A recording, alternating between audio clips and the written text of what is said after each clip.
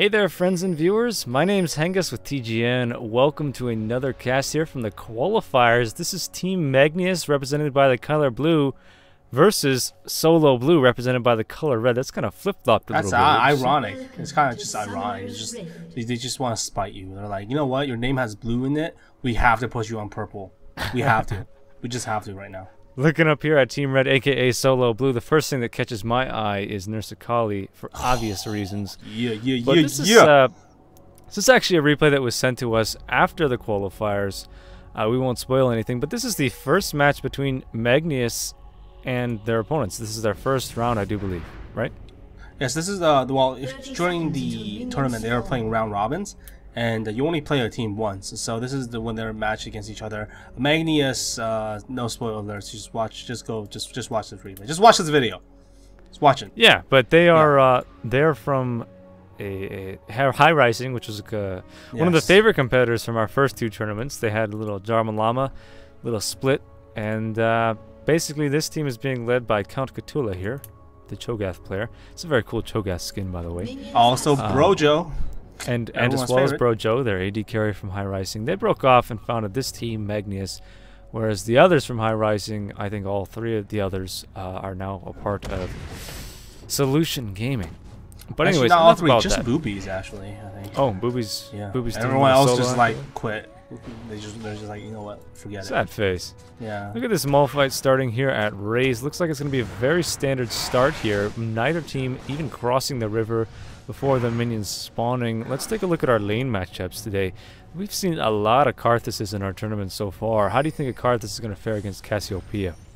Karthus probably will. I mean, in terms of winning lane, actually winning a lane, no. Karthus will not definitely dominate his. Like, he won't like kill Cassiopeia at level 1. You know what I mean? It'll be a little bit difficult to just use Cherry Popper and kill Cassiopeia level 1. But you know, he can still hang back and farm. He's got a good range with his Q, and he won't be starving for mana, because once he levels his E, you know, every time he kills a minion, it gives him mana. Yep. Down bot from Team Solo Blue, we see a Severe pick. Also, a very interesting skin I haven't seen before. That's from PAX. AD Severe is something we don't see enough of. I don't think so. I mean, there was that whole flavor of the month routine that we had with Severe back when she received some serious buffs to her boomerang and on the hunt. And ever since then, that kind of died off. We haven't really seen Severe being picked. This is the first time I've seen her in our tournament number 3. So hopefully she can make something happen down there against Brojo and Corgi, which is somebody I would not want to be laning against. Kind of opposite supports here. We have the very sustained, friendly Soraka versus the very harass-heavy Leona. So that'll be an interesting lane to keep an eye on as well. And also a top lane Akali. Personally, I play a fair amount of Akali, and I just don't think she's a very powerful laner. It takes a lot of skill to get, you know, to level 6 without being harassed too heavy on Akali. Cho'Gath, one of the better champs I would actually pick to go up against with her. But overall, she really doesn't become a dangerous factor until after she hits level 6. So farming on Akali in the early levels is pretty tough in my experience. Although, I do definitely respect Akali players that can pull it off. Especially if they're laning against so many of the champions that counter her.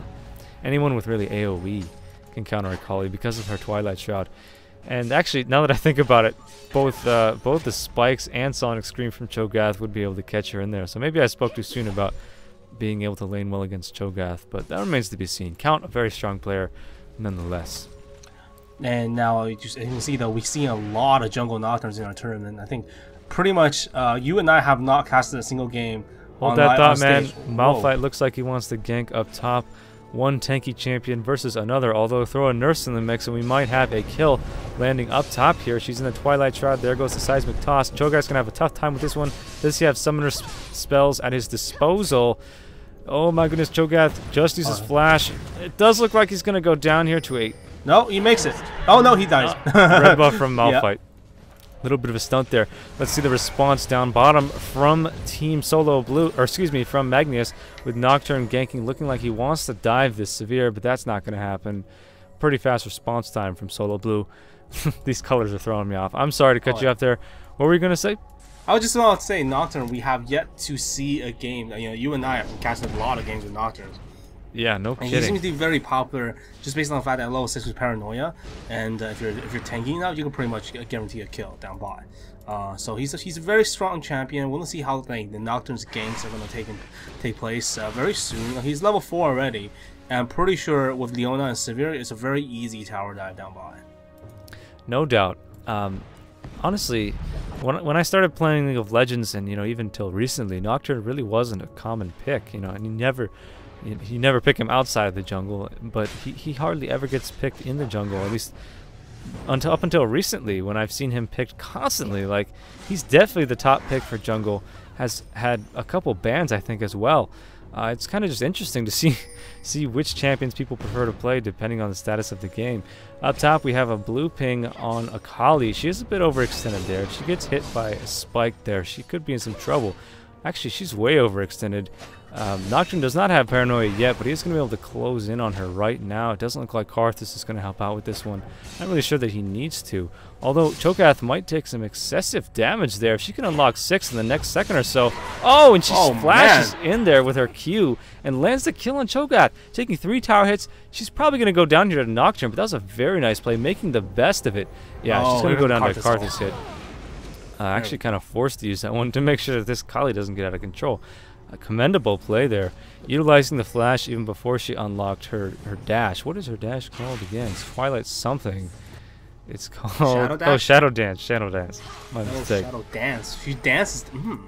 So that's gonna put Team Solo Blue ahead at 2 versus 1 on the kill count, but very close on global gold. Taking a look at farm, what's Cassio at?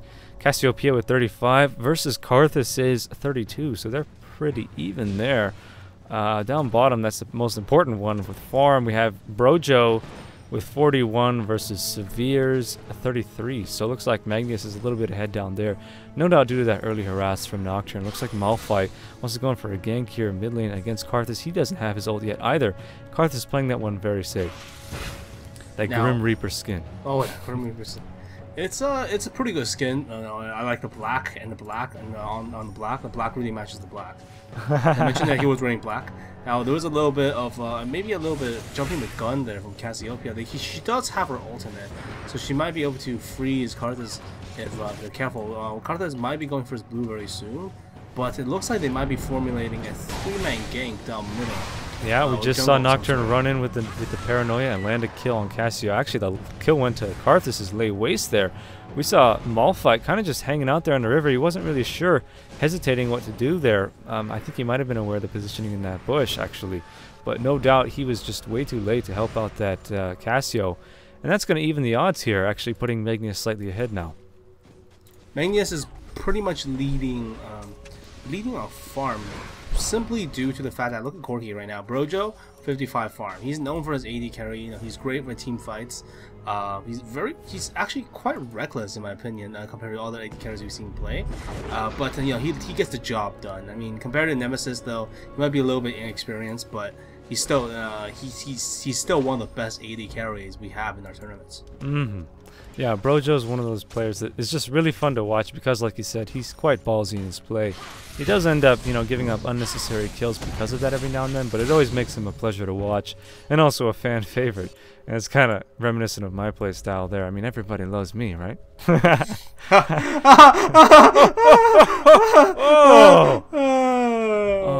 Looks like everything's very standard right now. We just saw both jungles handing off the blue buff to the mid lanes, those AP carries who no doubt need it more than they do here at the 9-minute mark. And also Nocturne's going to pick up this red. Let's see if he tries to go for a gank after that. One thing very devastating about Nocturne, obviously, with that red is that he can gap close pretty much better than any champion in the game with his ultimate. So it makes that perma snare all the more valuable. Is Karthus going to be placing a ward here at the river bush, or is he going down bot for a gank? Nah, he's just warding up a little bit, getting ready for some invades from Malphite. Seems like a relatively slow-paced match so far. These teams pacing with each other very, very well. And interestingly enough, Akali winning the lane versus Cho'Gath up top. I think At giving least- her that first blood was crucial. Like having a Cho'Gath dying and having Akali overall leading in far. I mean, look how much Count is kind of getting dominated by this Akali right now. 63. She already has her Hextech Revolver. At this point, though, it's actually really difficult to win lane against Akali. Now we do see. Are they gonna go for a gank right here from Nocturne? It looks like there is no ward to spawn in. They're gonna go for a dragon right now. Yeah. Because purple Pretty quick dragon, actually. Yeah. No response from Solo Blue's bot lane with that one. Because they don't, I think they just do not have. No, they didn't ward here. I think maybe the ward timing was wrong. Hold that thought. We are going to see Cassio pursue the kill on Karthus. Down goes the Ignite and the Malphite Initiate. She needs to be careful she doesn't get ulted down by Karthus. Does she have enough HP? Oh! Wow. Karthus picks up that kill. That was a very close one, actually. She could have survived that one. Did she have a health pot or something of the like? Either way, making the best of that play for the Karthus player. Props to him. Hey. Down bot, looks like Leona's in a tough spot. Actually, she seems quite under-leveled, if I'm not mistaken. Gonna get poked down perhaps by Corki. Oh, was that a summoner heal there? Must have been, that just saved her life. Was that a summoner heal? Yeah, Severe had a summoner heal she just used. Looks like Nocturne stepping in a bit for Cho'Gath as he goes back to buy, but could he lose his life to a couple well-timed dashes here from Akali? You're absolutely right, Pureshield, that after a certain point when Akali starts to, snowball out of control a little bit, and obviously after she gets level 6, she can be very difficult to lane against, simply because she's one of the best tower divers. I mean, she's not tanky by any means, but she can dive in and flash out with, just like 1.5 tower hits, but she can also dash in and dash out to opponent minions, or even creeps.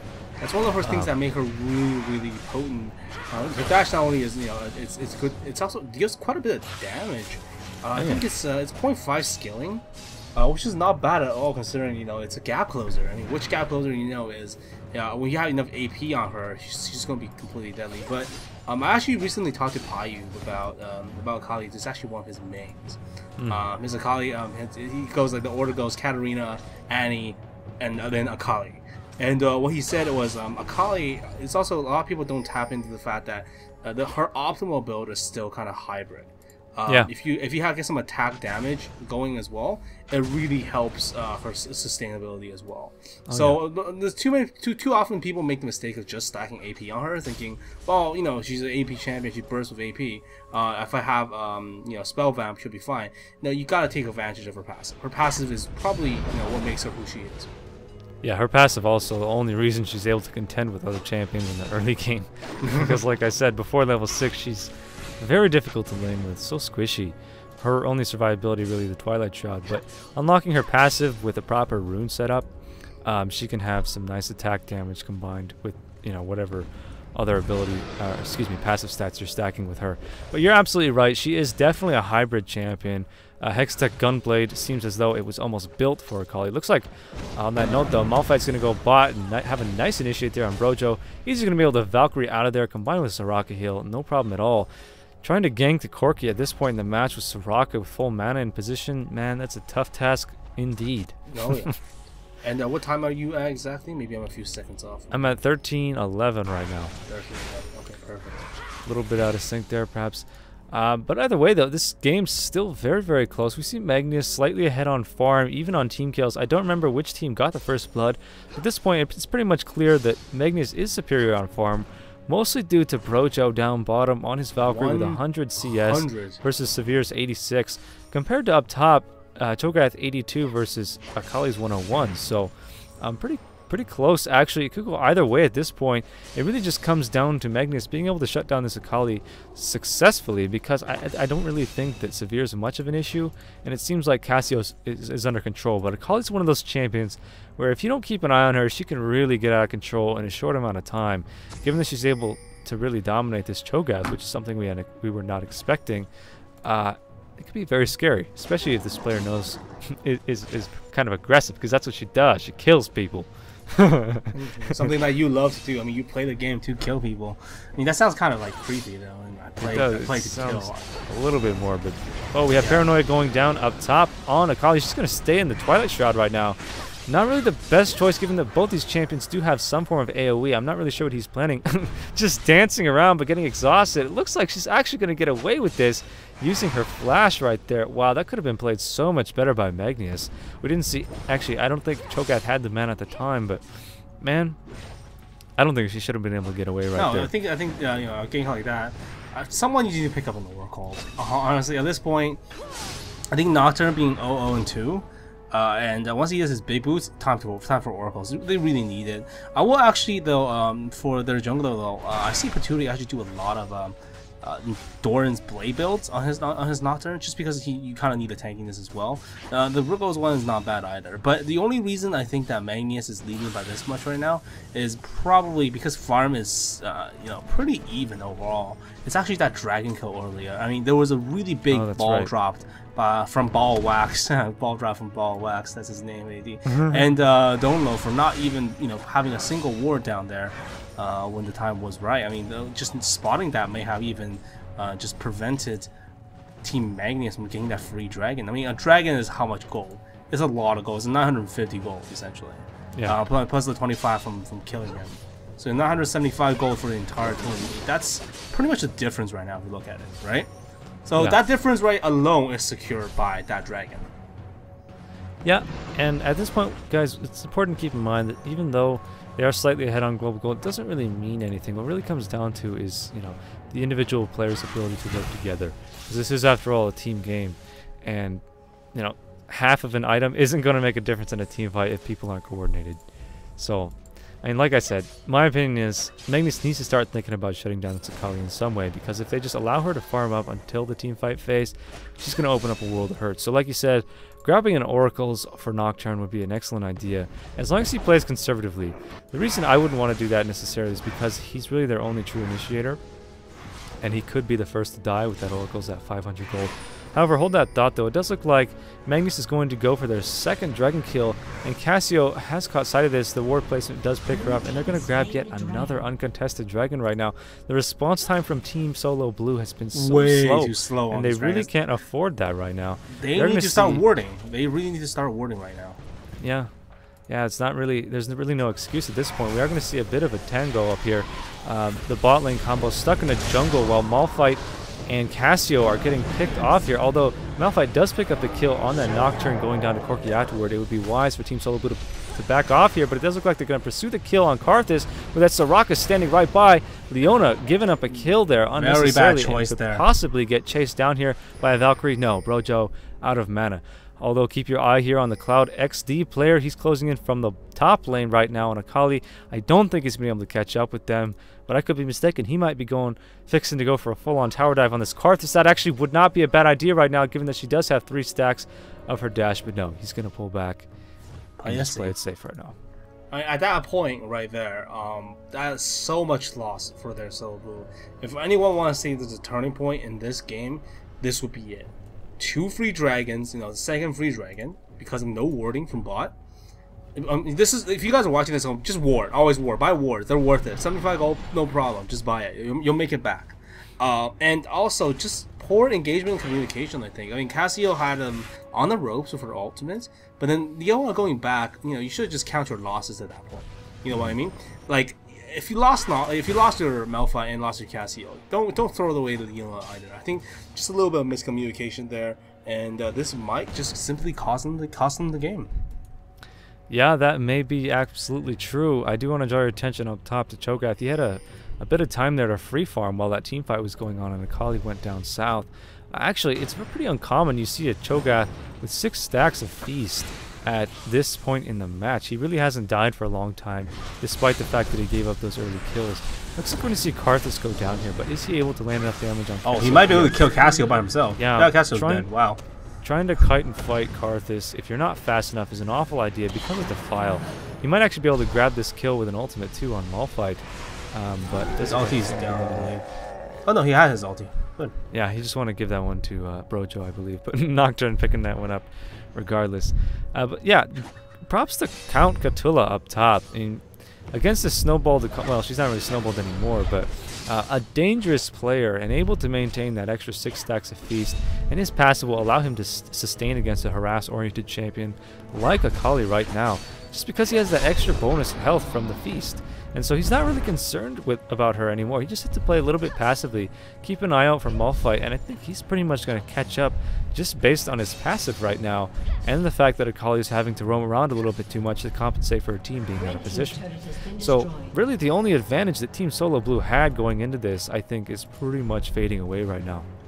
Oh, I think they're at a fairly high disadvantage right now, considering they gave away just giving away dragons should almost never happen. You know how I love playing jungler and top, right? And when I'm top, I'm kind of guilty of not helping the team too often, but that's how you're supposed to play top. But when I'm playing a jungler, the number one biggest mistake I catch myself doing when I was a little bit more inexperienced is the fact that I let dragons go. I mean, neutral mobs are so important. If you lose that one dragon, that's again 975 gold you're getting to the enemy team for no apparent reason, right? You should always keep it warded, and every time there's a dragon, it should be somewhat of a fight, or at least give it somewhat of a contest, somewhat of a decent contest. They're going to try and push this bottom tower down. Sivir did pop her on the hunt.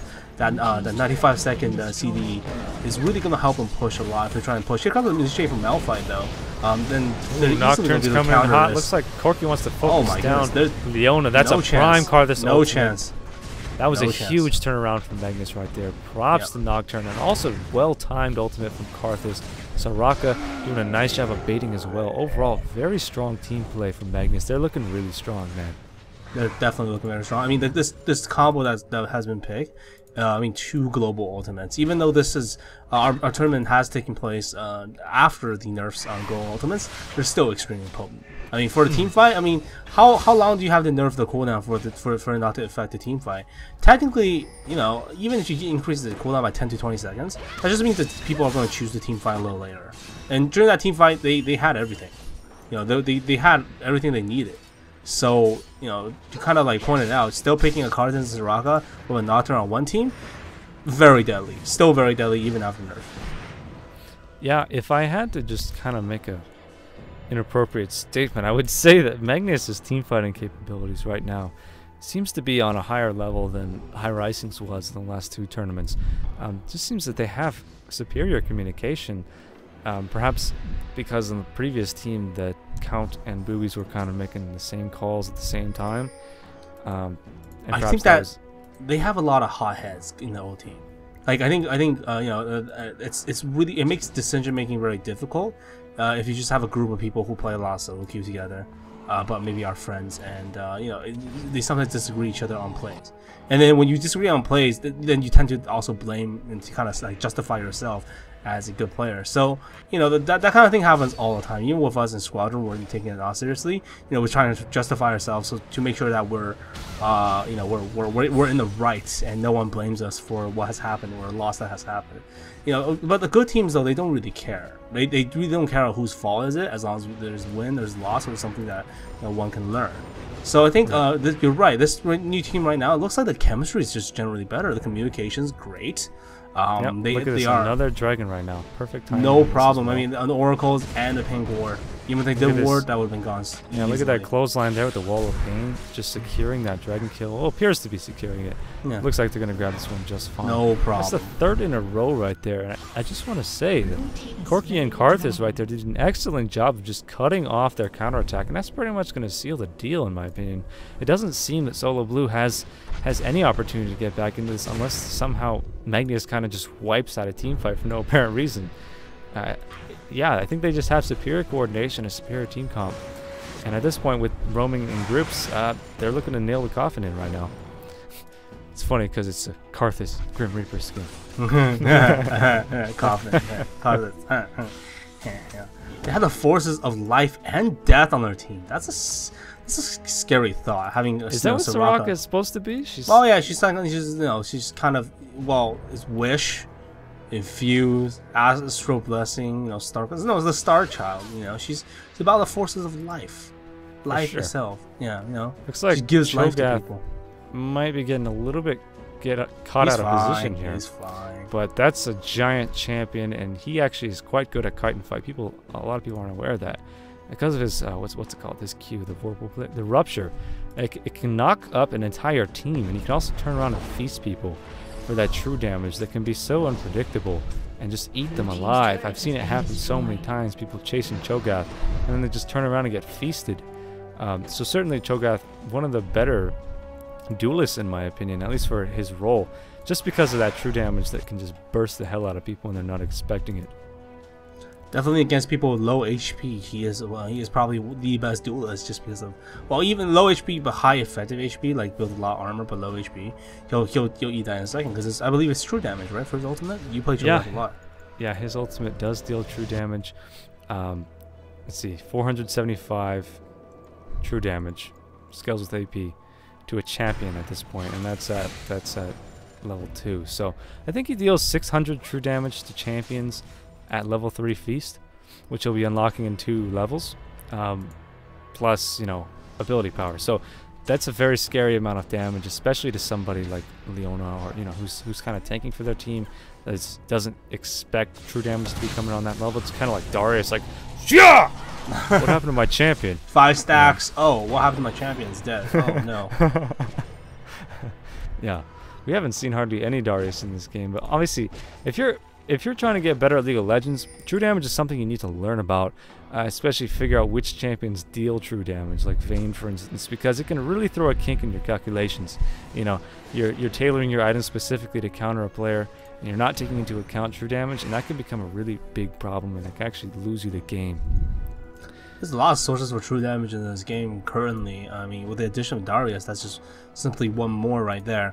But if you think about it, Ignite is also true damage. You know what I mean? Like, Ignite is, it's been easy to calculate. Most people know how to calculate Ignite damage, and it does look like they're going to have a Baron fight right now. But I don't think Team Solo Blue can actually take this. They have no vision of this right now, except for the ward at Baron. Oh, but then that ward does reveal that there is a Cho'Gath in that. Oh, and then Corki did reveal himself right there. So yeah, back off a little bit, I think. I don't think Solo Blue really wants to start a fight right now. They can't really win one that way. They have to wait for a counterattack at this point. And they do have a ward at Baron. I think they're just going to play the defensive and cross their fingers for this next fight right now, as they are moving in position in groups of 5. Actually, Leona just went back for some reason. She needs to hurry up and get her tush back over here to Baron, as it does look like Magnius is looking to pull any minute now. If I were them, I would kind of force the fight right now before they can catch up a little bit more and just kind of wipe him out.